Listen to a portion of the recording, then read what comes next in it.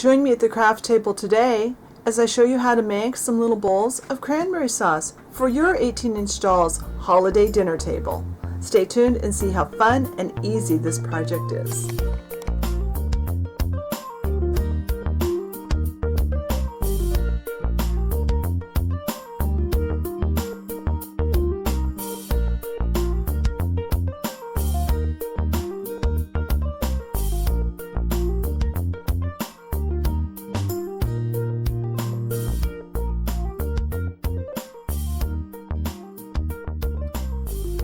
So for the first step of our cranberry sauce, we are going to actually make the bowl.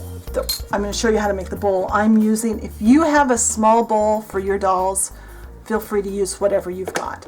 I didn't have anything, and I've got this really simple way to make a small little serving bowl or small dish, and I thought this would be a perfect time to show you. So you need a couple of things. You need some polymer clay. You need to have well-conditioned polymer clay, meaning you've worked with it, you've run it through your pasta machine, or you've kneaded it with your hands and rolled out to a relatively thin thickness. This is number 3 on my pasta machine, which is just a little thinner than a jumbo craft stick. Speaking of jumbo craft sticks, you're going to need 2 of those. You're also going to need some of these vase filler flat marbles, the big ones. These are, the ones I have here are pretty big around.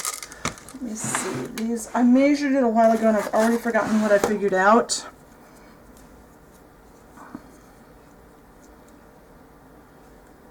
This is like 1 1/8 inches in diameter.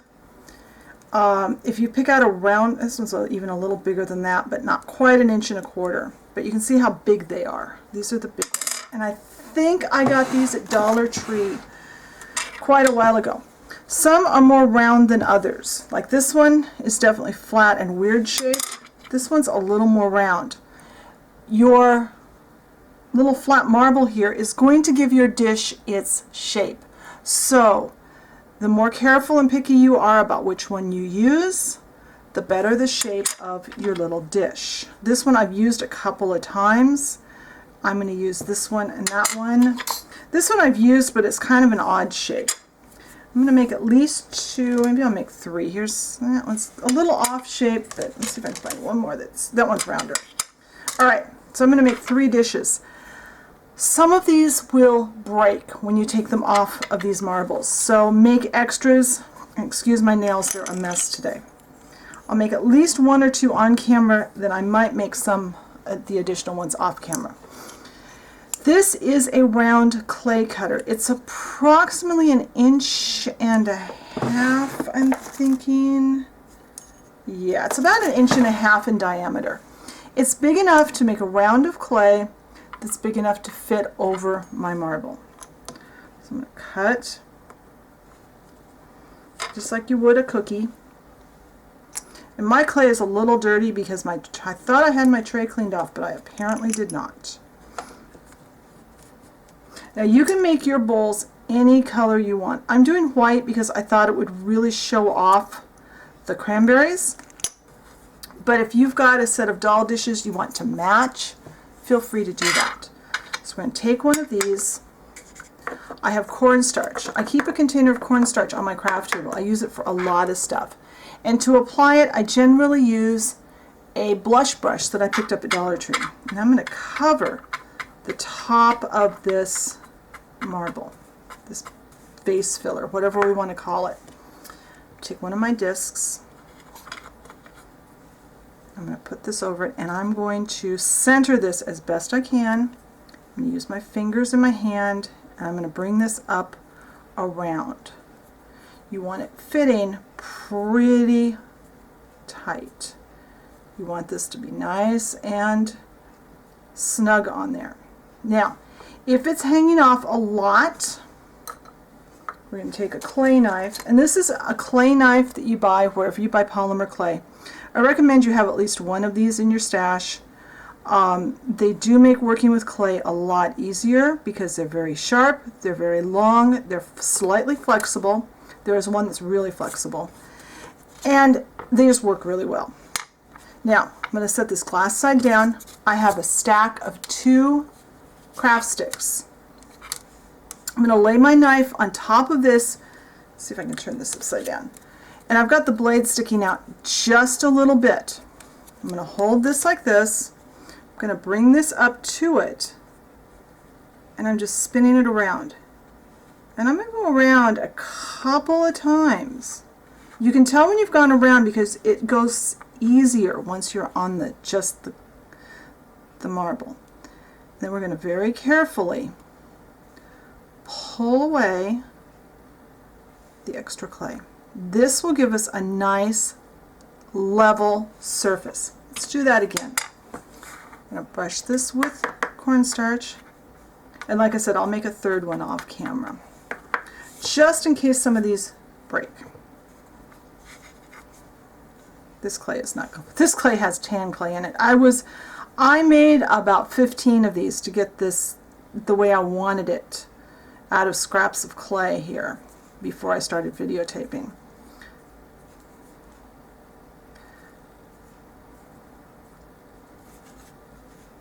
Because I wanted to get my clay the right thickness, and I wanted to get it everything right before I started showing you guys. This one is still showing. And the reason I'm pre-cutting this right now before I lay it down is I want it off even so it lays flat against my tile. Line these up. Line this up so it sticks out just a little ways.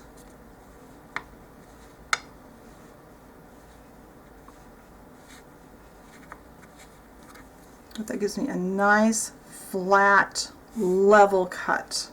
There's no way I could cut that level and that straight holding it. It just wouldn't happen.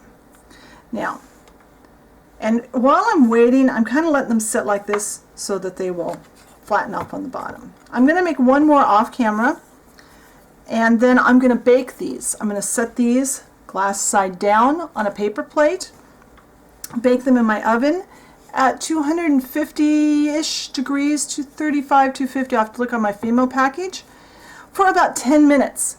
And then we have to immediately pop them out. So as soon as they are out of the oven, I'll be back here in front of the camera and we'll pop them out. All right, I literally just walked from the kitchen, set these down and turned the video camera on, because this has to be done immediately, and they're really warm.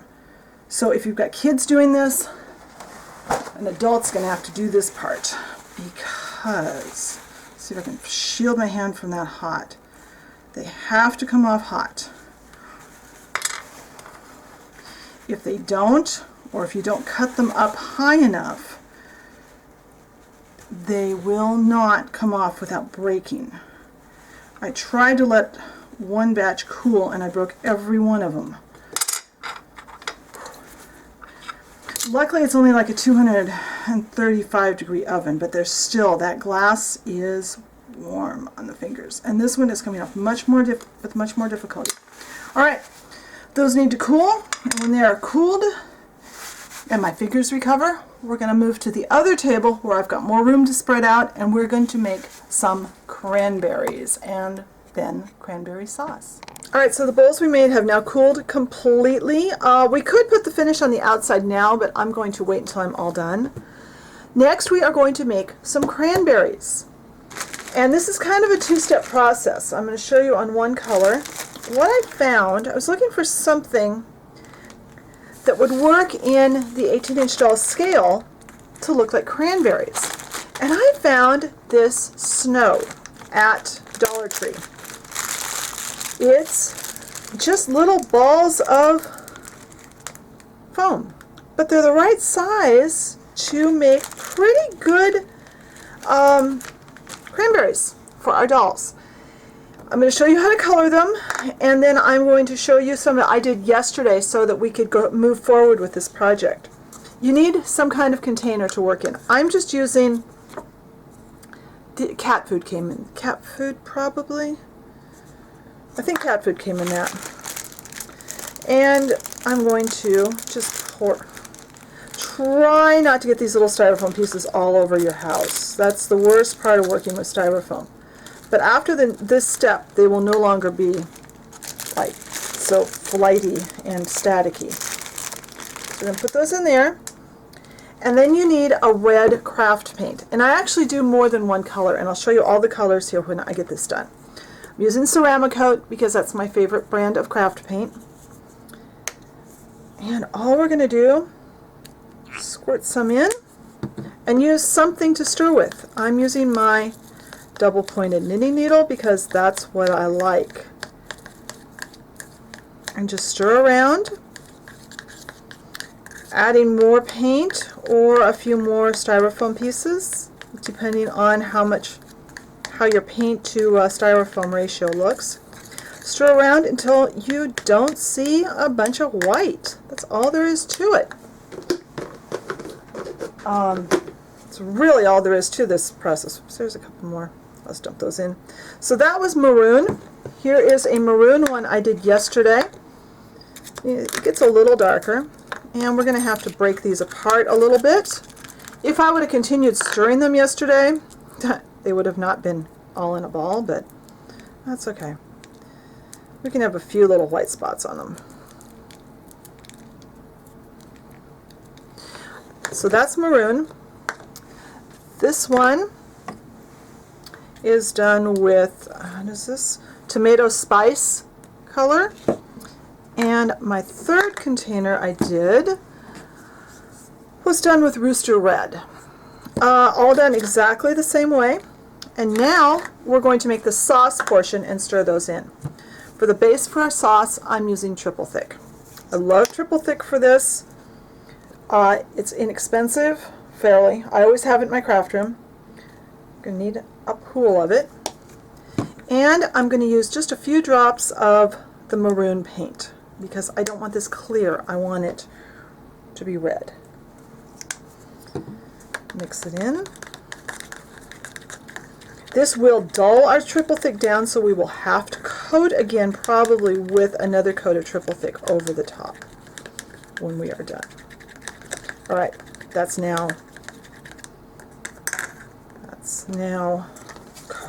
mixed together. So I'm going to pull out. And they don't have to be completely broken apart. You can have some clumps. It's okay.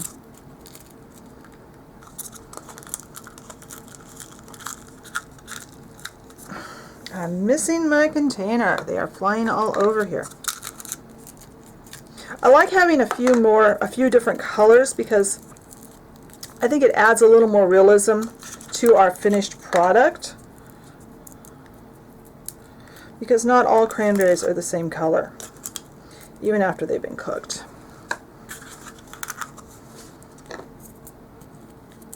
And use whatever reds you've got. I do prefer the darker reds. I would recommend you get at least one fairly dark color like this maroon. But you don't have to use the exact colors I'm using. You don't have to use the brand I'm using. Alright, now we're going to stir this up. And you see they're not as full of static as they used to be. Now make sure they are completely covered. Drop those two back in that ran away. Now if you are going to want to put a handle of a serving spoon in your bowl, you're going to want to do that now. I'm not going to. I'm going to leave the spoon handle out of this. Make sure, yes, I'm still under camera.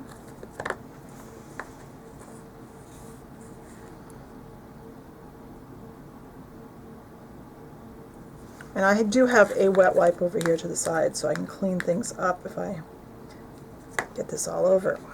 Okay, get my fingers in there. I don't want to get too much.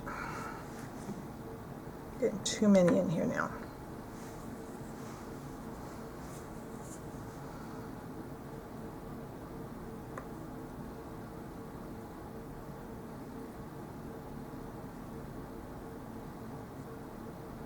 Just kind of push that down in, and we are going to push that down in and not have it stick to my fingers. Get a clean wet wipe because I've got red paint all over that one. We'll fill at least 2 of these bowls so that we can have a couple of servings.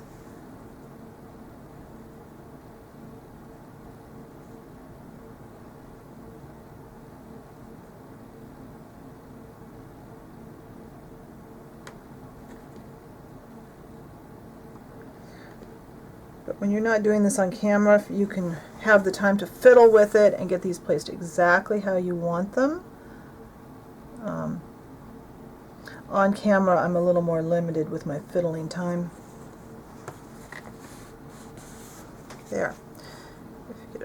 And one of the advantages of not painting this yet is I can go over, if I get big goobers of paint on the outside of my dish, I can paint it with white paint before I put the clear on. Clean up, just wipe this needle with a wet wipe. Clean your hands up and let these dry completely, and they will take a while. This takes quite a while to dry, so be prepared to let it sit. Don't touch it until it's dry. When these are dry, we'll come back, we'll put a clear coat on, and we'll see how they look. Right now our touch-up paint is dry, so the next thing to do is to coat everything with triple thick, and I'm actually going to start on the bottom. I don't know why, I just feel like it. This is the one that the clay had a little bit of stuff in it. So we're going to let that dry. And I'll do this one too. And triple thick takes a while to dry. It's really cold in my house this week, so it could take a while. At least I feel like it's cold in my house. I haven't actually looked at the thermometer. So when that is dry, I'll come back, we'll flip these over, and we'll do the other side. In the meantime, I need to make sure I wash this brush really quickly because triple thick will ruin your paintbrush really fast if you don't get it out. Alright, the bottom side has dried since yesterday, so now I am going to just put some triple thick in on top. And I think I'm just going to drip some down over the top and then use my brush to spread it, because I want a pretty good coat. Because this cranberry sauce should be relatively wet.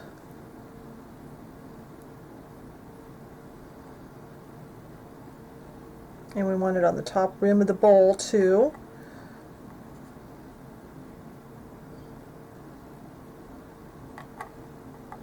This is one of the few places where I really want lots and lots of triple thick, because it's an appropriate place to use it. Sometimes people pour triple thick over everything they make, and that doesn't make things look real. That makes them look plastic. But this is a case where it should look wet and shiny.